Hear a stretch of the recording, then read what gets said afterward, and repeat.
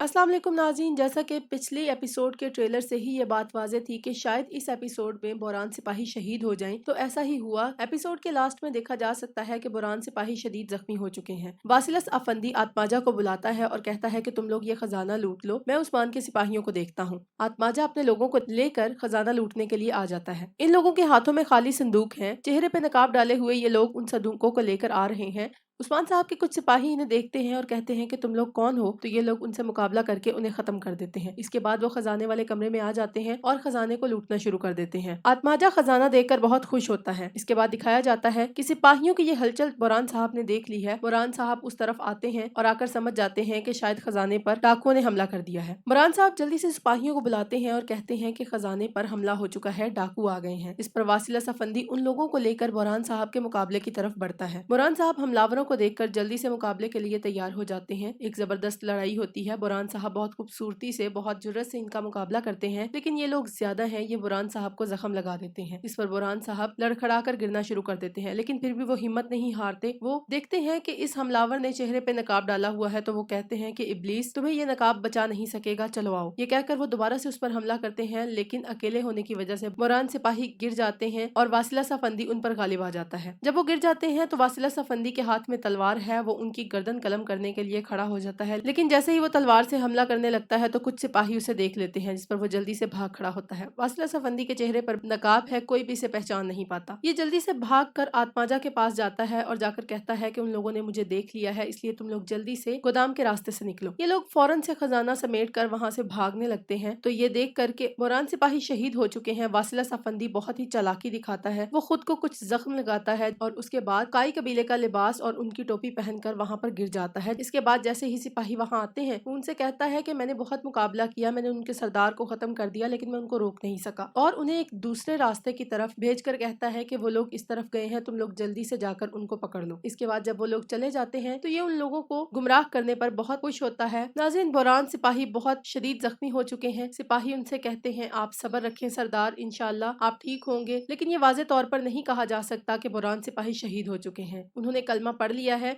लेकिन इसके बावजूद अभी तक उस्मान साहब को इस बारे में कोई खबर नहीं। और अगली किस्त के ट्रेलर में कुछ हिस्सा दिखाया गया है जिसमें शायद बुरहान सिपाही इलाज के मरहले से गुजर रहे हैं। तो अब तक की किस्त के लिए यही वाज़ेह है कि शायद बुरहान सिपाही शहीद हो चुके हैं, लेकिन कुछ हद तक ये भी मुमकिन है कि शायद वो शहीद नहीं हुए, लेकिन शदीद जख्मी हो चुके हैं।